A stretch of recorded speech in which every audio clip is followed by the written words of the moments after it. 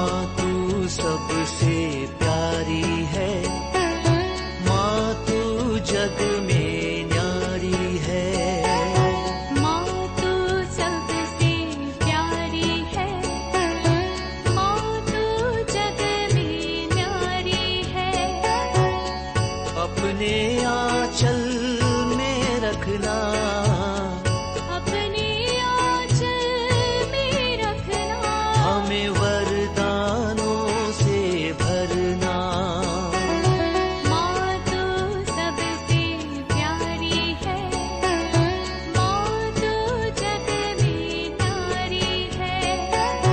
माँ तू सबसे प्यारी है, माँ तू जग में न्यारी है। पिता, पुत्र और पवित्र आत्मा के नाम पर आमीन। आप सबों को जय यीशु। आज मुक्ति के इस मार्ग का 14वां और आखिरी मनन चिंतन, ईसा मसीह अपने बुद्धि और शरीर में विकसित होता हुआ। लूकस के सुसमाचार उसके अध्याय 2 वाक्य 52 में लिखा हुआ है। ईसा मसीह अपने माता पिताओं के साथ नासरत गए, वहां पर उनके अधीन रहते हैं। 12 साल का उम्र में ईसा मसीह मंदिर में माता पिता के अनजाने में बैठ गया था। इसके बाद माता पिता लोगों ने उन्हें ढूंढ ढूंढ करके मंदिर आया। 3 दिनों के बाद जब पाए, उन्हें आनंद हुआ। वहां पर मसीह एक सवाल करते हैं। लूकस के सुसमाचार उसके अध्याय 2 वाक्य 49, वहां पर लिखा है, उसने अपने माता पिता से कहा, मुझे ढूंढने की जरूरत क्या है? क्या आप यह नहीं जानते थे कि मैं निश्चय ही अपने पिता के घर होऊंगा? मसीह ने अपना इस संसार में आने का उद्देश्य यहां पर बता करके दिया। क्या आपको मालूम नहीं था? मैं मेरे पिता के घर पर होऊंगा। पिता के घर पर स्वयं होना और सबों को वहां पर लेकर के जाना, यही मसीह का उद्देश्य है। स्वयं अकेला रहना नहीं, अपने पिता के घर में सबों को, मानव जाति को पूरा पाप से मुक्ति देकर लेकर के जाना, यह मसीह का आगमन का, आने का उद्देश्य है। उस उद्देश्य की ओर जाने के लिए मसीह उस मंदिर में 3 दिन रहा। इसके बाद लिखा है, माता पिताओं के साथ वह नासरत आए और उनके माता पिता के अधीन में वह रहे। और लूकस के सुसमाचार अध्याय 2 के वाक्य 39 में हम लोग पढ़ते हैं, प्रभु की संहिता के अनुसार सब कुछ पूरा करने के बाद यूसुफ और माता मरियम बालक यीशु को लेकर के गलीलिया अपने नगरी नासरत लौट आए। नासरत में आकर के फिर से रहने लगे। बच्चे को जब 40 दिन का शुद्धिकरण का समय आया, मंदिर में अर्पित किया, बलि अर्पित करना, जो कुछ करना था सब करने के बाद मसीह को लेकर के नासरत आकर के रहे। और वहां पर वाक्य 40 में हम लोग पढ़ते हैं, बालक बढ़ता गया, उसमें बल तथा बुद्धि का विकास होता गया और उस पर ईश्वर का अनुग्रह बना रहा। एक छोटा बच्चा है, उसका ईश्वर के अनुग्रह में, मनुष्यों के अनुग्रह में बढ़ने की जरूरत है। बुद्धि का विकास और शरीर का विकास तब होगा जब ईश्वर का और मनुष्यों का अनुग्रह उन पर पड़े। और वाक्य 52 में 52, लूक चैप्टर 2 52, ईसा की बुद्धि और शरीर का विकास होता गया, वह ईश्वर तथा मनुष्यों के अनुग्रह में बढ़ते गए। ईसा मसीह स्वयं ईश्वर था। इसके बावजूद भी संत लूकस लिखते हैं वो ईश्वर के अनुग्रह में और मनुष्यों के अनुग्रह में बढ़ता गया। इसके लिए ईसा मसीह ने क्या किया? अपने माता पिता का अधीन रहा। अनेकों लोग आज अधीनता ग्रहण करना नहीं चाहता। अधीनता के उस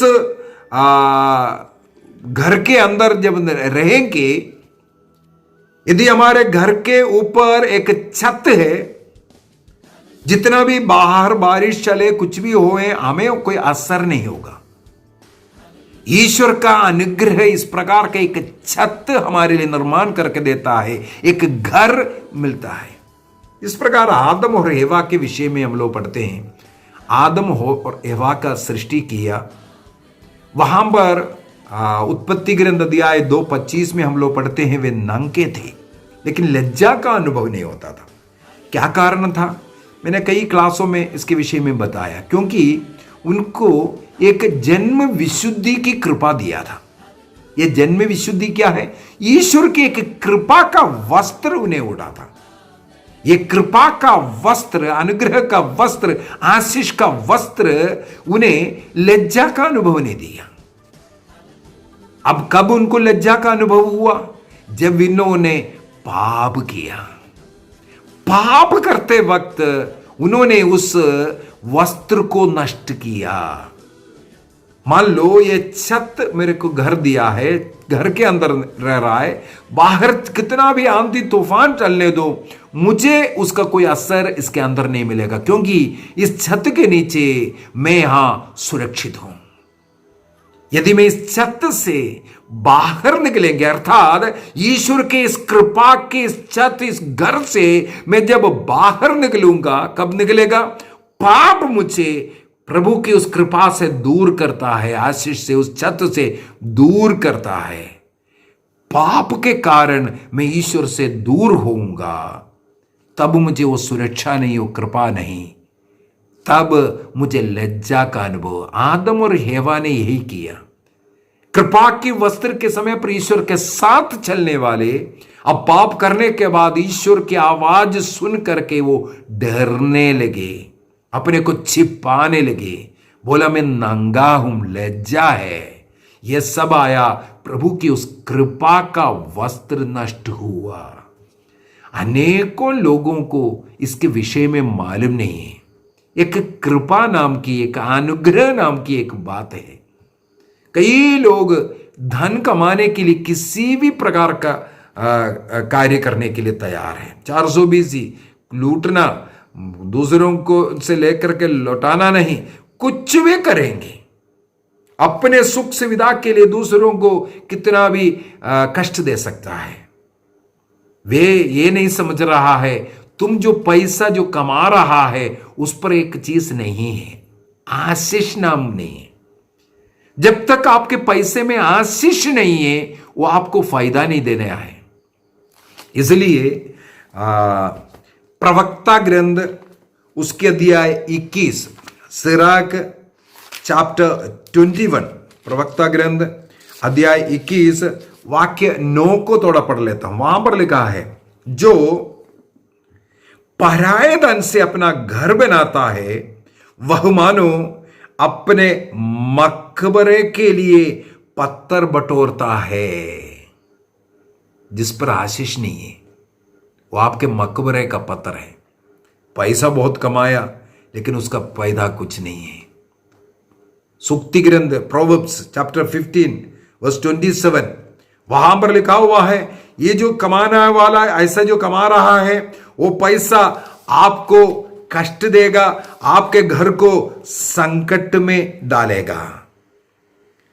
पाप की कमाई एकत्रित करने वाला अपने घर को संकट में डालता है।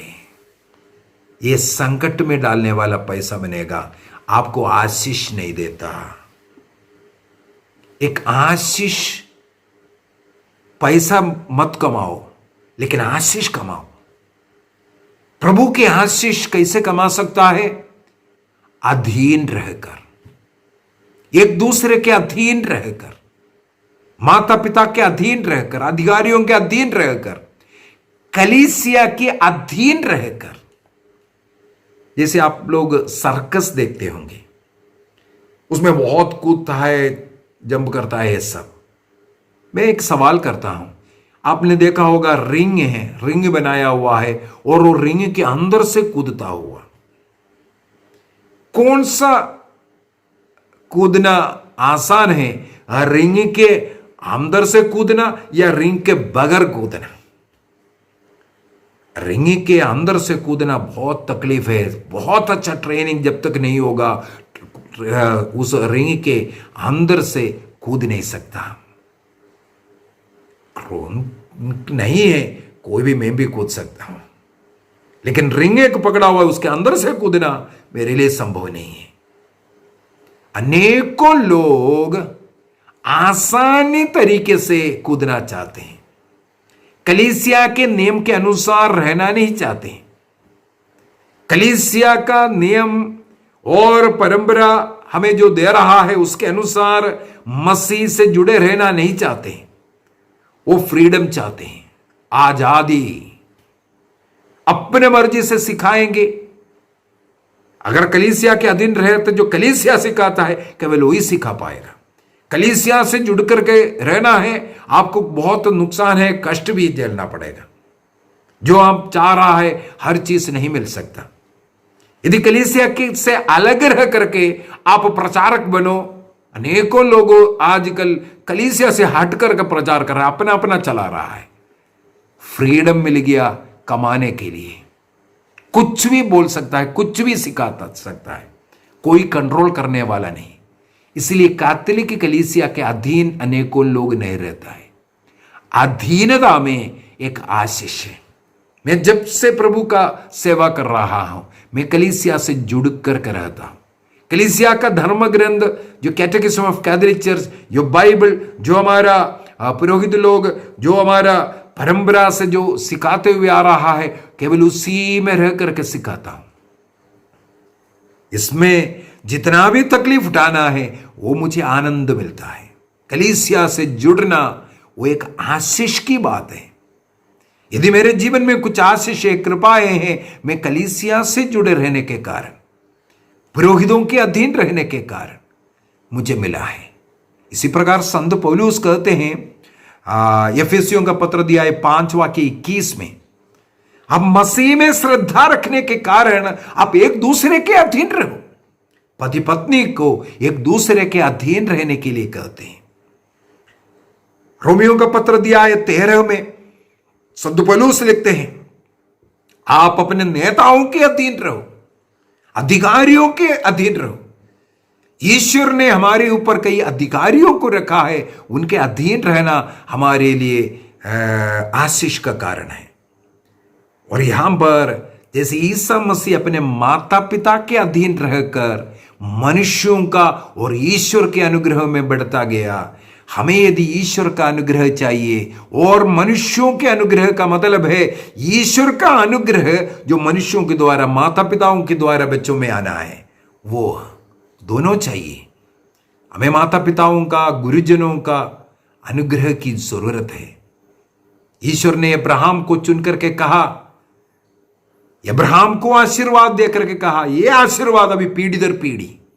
इसलिए अब्राहम ने अपने पुत्र इसहाक को, इसहाक याकूब को, याकूब जोसेफ को सब आशीर्वाद दिया। माता पिता का आशीर्वाद बच्चों के घर को सुदृढ़ बनाता है, और माता पिता का अभिशाप घर के नींव को उखाड़ता है। प्रवक्ता ग्रंथ अध्याय 3 वाक्य 11 में लिखा है, सिराक चैप्टर 3 वर्स 11 में। माता पिताओं का आशीर्वाद की जरूरत है, सास ससुर का आशीर्वाद की जरूरत है। हमारे जीवन में अन्य बड़े लोगों का आशीर्वाद की जरूरत है। आशीर्वाद की जगह पर चाहे कितना भी नुकसान होने दो, उसके लिए तैयार होना है। एक बार एक बहन, मुझे एक घटना याद आ रहा है, मुझे फोन किया, अपने पति के लिए प्रार्थना करो बोलकर। वो बहुत रो रही थी। मैंने पूछा क्या हुआ, कैसे? वो दारू पीने लगे, भाइयों के साथ है, ऐसे ऐसे। मैंने बोला तुम कहाँ है? बोला मैं मैके आ गया, मुझे बात समझ में आ गया, इसका मतलब लड़ाई झगड़ा कर करके अपना घर छोड़ करके आ गया है। बातचीत में पता चला उनका ससुर जी का देहांत हुआ था, कुछ लाखों रुपया मिला है, और सास के पास गए, हमारा कुछ घर बनाने के लिए लोन लिया हुआ है, उसको भुगतने के लिए वो पैसा दे दो। सासवा ने बोला नहीं दे सकता, 2 भाई लोग हैं हम लोग, ऐसा नहीं दे सकता, बोला मना। और अपने पति से कहा मांगो मांगो, अपना हिस्सा मांगो। पति ने भी मना किया, मैं नहीं मांगूंगा, मम्मी को जब देना है देने दो, जब तक नहीं देंगे नहीं मांगना है। वहां पर लड़ाई झगड़ा कर करके वो निकले। इसके बाद मुझे फोन किया, ब्रदर जी प्रार्थना कीजिए उनका मन परिवर्तन के लिए। बात सुनने के बाद मैंने उस बहन से यही पूछा, बहन आप लड़ाई झगड़ा कर करके आए, अपने सास को भी शायद गुस्सा किया होगा, गाली दिया होगा, अपने पति से भी नफरत कर करके लड़ाई झगड़ा कर करके आगे, मान लो आपको 1 लाख रुपया दिया या 2 लाख रुपया दिया, क्या आपके जीवन में इसके द्वारा संतृप्ति मिल जाएगा?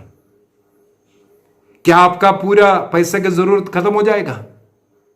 अभी जिससे नफरत कर अपने पैसा लिया है, आप वापस जाकर के क्या उनका चेहरा देख सकता है? जो झगड़ा कर करके अपना भाई बहन के बीच में, भाइयों के बीच में जो नफरत डाला, क्या इसके द्वारा आपको आशीष मिलेगा? पैसा तो मिल गया, लेकिन आशीष ईश्वर का आशीर्वाद का जरूरत है, पैसा का नहीं। मत्ती के सुसमाचार 6:33 में इसलिए लिखा है, तुम सबसे पहले ईश्वर का राज्य, उसकी धार्मिकता का खोज करो, बाकी सब यूं ही मिलेगा। जब ईश्वर को, धार्मिकता को खोज करेंगे, ईश्वर का आशीर्वाद की खोज करेंगे, तब हमें धन दौलत जिसका भी जरूरत है वो सब मिलेगा। थोड़ा सा है उसमें आशीर्वाद की जरूरत है।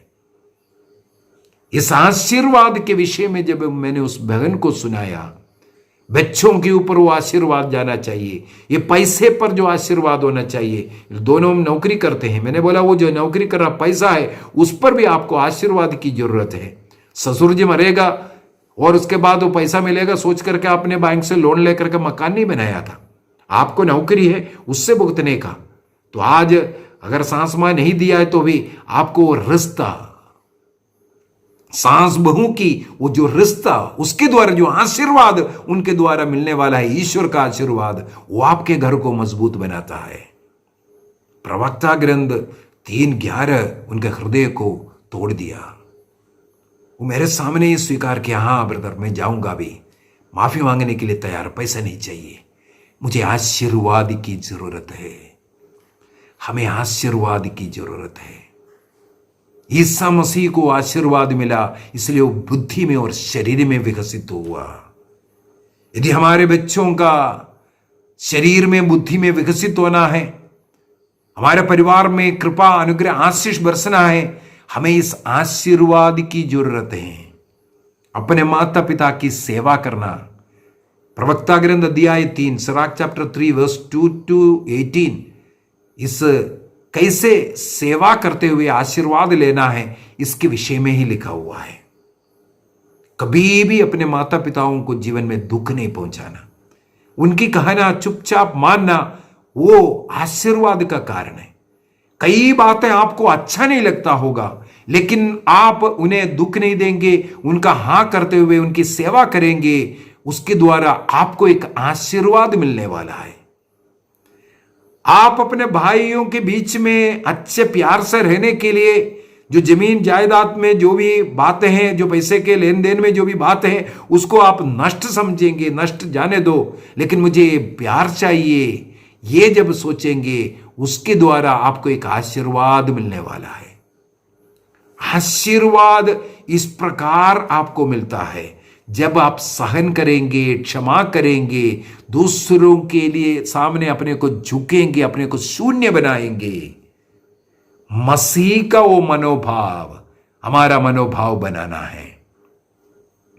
फिलिपियों का पत्र अध्याय 2 वाक्य 5, फिलिपियन चैप्टर 2:5, आप अपना मनोभाव को मसीह का मनोभाव बनाइए। फिलिपी 2:3 में लिखा हुआ है, आप अपने से श्रेष्ठ दूसरों को मानो। आप इस प्रकार के झूठे अभिमान में मत रहो, मैं कुछ हूं कर करके, बल्कि अपने को शून्य करते हुए आप दूसरों को मान सम्मान ज्यादा दो, आदर सम्मान ज्यादा दो। मुझे ईश्वर की अनुग्रह की जरूरत है, आशीर्वाद की जरूरत है, इसलिए कई जगहों पर मुझे नुकसान होगा, नष्ट होगा, क्षमा करना पड़ेगा, आंख बंद करना पड़ेगा, इसके लिए मैं तैयार हूं। ये हमें करना जरूरी है। आइए हम एक निर्णय करें, जैसे मसीह ने अपने को विनम्र किया, आज्ञाकारी पुत्र के रूप में वो माता पिताओं की सेवा करते हुए रहा, वो दरिद्रता में जीने के लिए तैयार हुआ, भूखे रहने के लिए, छोटे मकान में रहने के लिए, एक कारपेंटर का बेटा बनकर के रहने के लिए, जन्म एक गौशाले में होने के लिए, सब मसीह ने हां किया। मसीह ने दरिद्रता को प्यार किया ताकि सब दरिद्रों को धनी बना सके, अपने से श्रेष्ठ बना सके। एक निर्णय कीजिए, मैं आज्ञाकारी बनूंगा, मैं ईश्वर का आज्ञाकारी बनूंगा, माता पिता का, अपने गुरुजनों का, हमसे बड़े लोगों का, अन्य लोगों का आदर सम्मान करते हुए ईश्वर का अनुग्रह के लिए अपने जीवन को समर्पित करूंगा। निर्णय कीजिए। पिता, पुत्र और पवित्र आत्मा के नाम पर आमीन। आप सबों को जय यीशु।